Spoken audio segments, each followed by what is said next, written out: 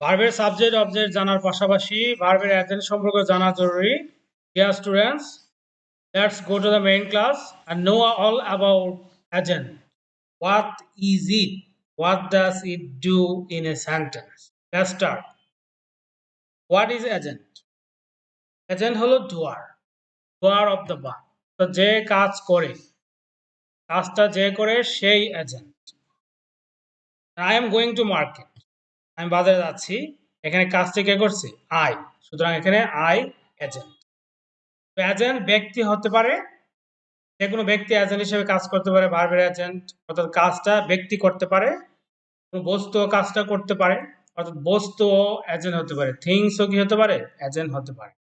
কিংবা এজেন্ট কোনো আইডিয়া হতে পারে। আইডিয়া বলতে কি বুঝি আমরা? যেমন করে এডুকেশন। এডুকেশন কিন্তু একটা আইডিয়া। আইডিয়া হলো সেটাই দেখা যায় না, ছোঁয়া যায় না, ধরা যায় না, কিন্তু বোঝা যায় আসলে কি বোঝাতে চাচ্ছে। আমরা যদি বলি কাইন্ডনেস, দয়া, দয়া কিন্তু একটা অ্যাবস্ট্রাক্ট আইডিয়া। আর মনে করে হিউম্যানিটি, মানবতা, হ্যাঁ, অনেস্টি, এরকম যত স্টেপ মনে করো ইন্টেগ্রিটি, এইগুলো হলো আইডিয়া। তো ভার্বের এজেন্ট ব্যক্তি হতে পারে, বস্তু হতে পারে, কিংবা কোনো আইডিয়া হতে পারে।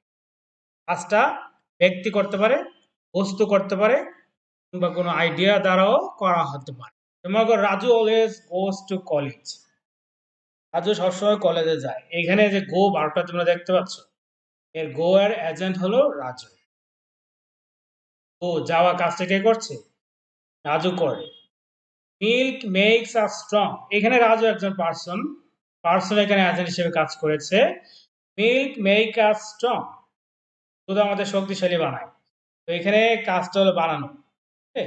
এই মেক, যে তোমরা দেখতে পাচ্ছ মেক ভার্বটার এজেন্ট হলো এখানে মিল্ক।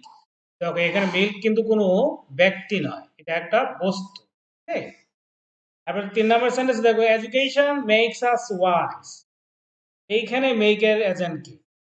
এখানে মেকের এজেন্ট হলো এডুকেশন, যেটা কোনো ব্যক্তি না, বস্তু না, দেন আইডিয়া, একটা আইডিয়া। ঠিক আছে? তাহলে এজেন্ট কি বুঝতে পেরেছো নিশ্চয়ই? ব্যক্তি, বস্তু কিংবা কোনো আইডিয়া যার দ্বারা কাজ করা হয়, যে কাজটা করে কিংবা যার দ্বারা কাজটা করা হয় সেই এজেন্ট।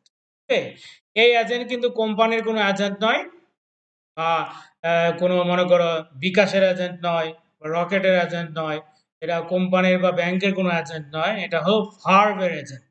ওকে, তো ভার্বের এজেন্ট আমরা জানবো কেন? ভার্বের এজেন্টটা ভার্ব অ্যাক্টিভ ভয়েসে আছে নাকি প্যাসিভ ভয়েসে আছে, কিংবা ভার্ব অ্যাক্টিভ ভয়েসে হবে নাকি প্যাসিভ ভয়েসে হবে, এই বিষয়টা সুস্পষ্টভাবে বোঝার জন্য এজেন্ট সম্পর্কে জানাটা খুবই জরুরি। বলতে পারো এটা অনিবার্য, তোমাকে জানতেই হবে এজেন্ট কি। এজেন্টই বলে দেবে ভার্বটা অ্যাক্টিভ নাকি প্যাসিভ। ভার্ব কখন অ্যাক্টিভ হয়?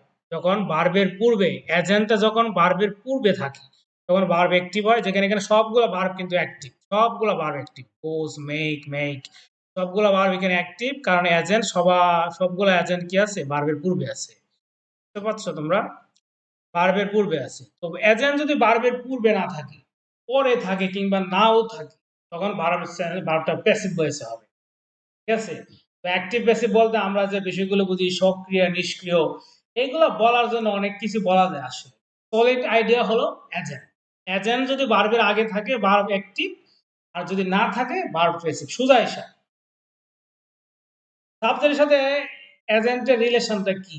দেখো অ্যাক্টিভ ভয়েসে সাবজেক্ট নিজেই এজেন্ট হিসেবে কাজ করবে। এখানে দেখো Tom is chasing Jerry. Tom জেরিকে ধাওয়া করছে। ধাওয়া করা কাজটা এখানে কে করছে? টম। সুতরাং টম এখানে সাবজেক্ট এবং টম নিজেই এজেন্ট, অর্থাৎ এই সেন্টেন্সটা অ্যাক্টিভ ভয়েসে আছে, ভার্বটা অ্যাক্টিভ স্ট্রাকচারে আছে। অ্যাক্টিভ ভয়েসে সাবজেক্ট নিজেই এজেন্ট হিসেবে কাজ করবে, কিন্তু প্যাসিভ ভয়েসে দেখো the work was done properly, কাজটা ভালোভাবে করা হয়েছিল। কে করেছে?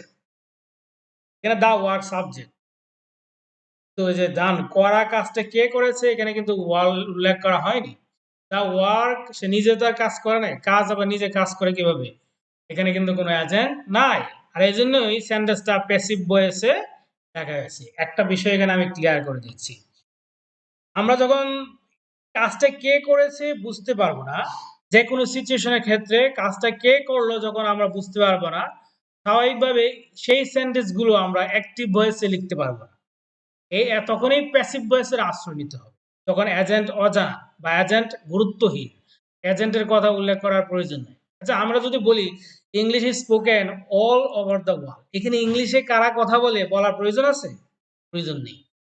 সুতরাং সেসব ক্ষেত্রে এই প্যাসিভ ভয়েস ইউজ করবো আমরা, বা এই প্যাসিভ ভয়েস ইউজ করা উচিত যেসব ক্ষেত্রে এজেন্ট গুরুত্বহীন অথবা এজেন্ট অজানা। ওকে, আর অ্যাক্টিভ ভয়েসে অবশ্যই সাবজেক্ট নিজে এজেন্ট হিসেবে কাজ করবে। এবার আমরা কতগুলো এক্সারসাইজ করব, এজেন্ট বের করব, ব্র্যাকেটে ভার্বগুলোর এজেন্ট বের করব। There are many reasons for which many students in our country fail in English. এই যে fail ভার্বটা দেখতে পাচ্ছ, এর এজেন্ট কোনটা? এজেন্ট কি? এখানে এজেন্ট আমরা আগে আছে কিনা দেখি, কারা ফেল করে খুঁজে বার করি।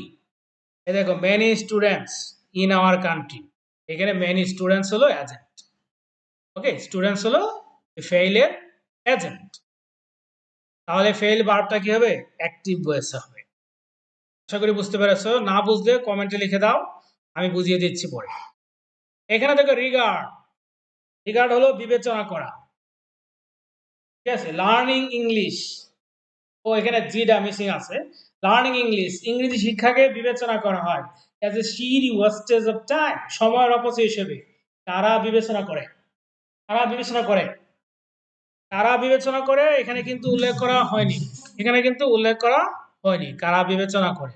দেখো, রিগার্ড হলো বিবেচনা করা, কিন্তু কারা বিবেচনা করে এই কথা কিন্তু উল্লেখ নেই। অর্থাৎ এটা গুরুত্বপূর্ণ না কারা বিবেচনা করে এটা বলা। এই জন্য এখানে এজেন্টের কথা উল্লেখ করাই হয়নি, তাই অবশ্যই এই রিগার্ড ভার্বটা প্যাসিভ ভয়েসে হবে। এখানে সাবজেক্ট নিজে এজেন্ট হিসেবে কাজ করতে পারছে না। Proficiency in of English ensure, নিশ্চিত করে, ইংরেজির দক্ষতাটা নিশ্চিত করে good jobs and better salaries, ভালো চাকুরি এবং ভালো বেতন। তাহলে এনশিওর হলো নিশ্চিত করা। নিশ্চিত করা কাজটা কে করছে? এই যে ইংরেজির দক্ষতা। স্যার, এটা তো পার্সন না, বস্তুও না। প্রফিসিয়েন্সিও একটা আইডিয়াও কি হতে পারে? এজেন্ট হতে পারে। সুতরাং এখানে এনশিওর ভার্বটা অ্যাক্টিভ ভয়েস হবে।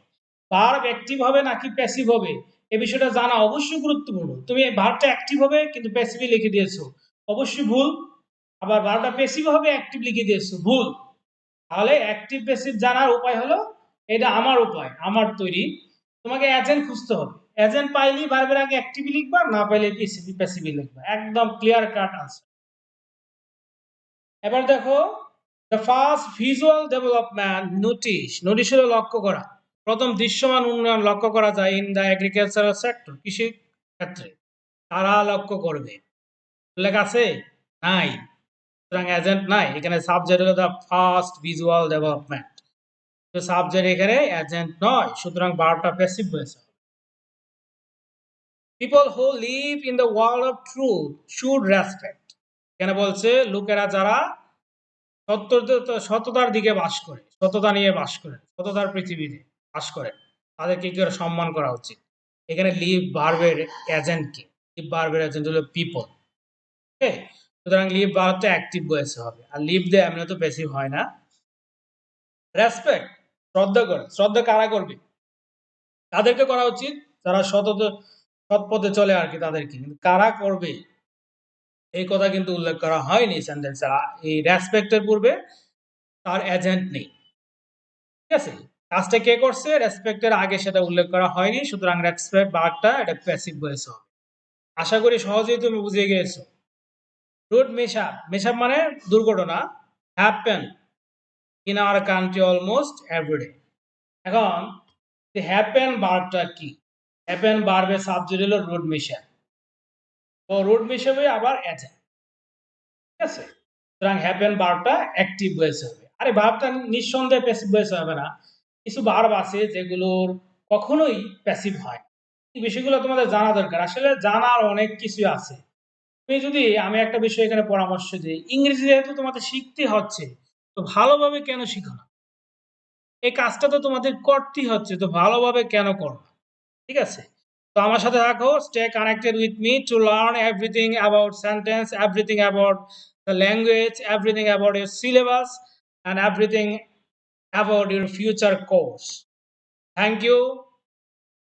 Don't forget to subscribe, like, and share my videos. Stay well, stay connected.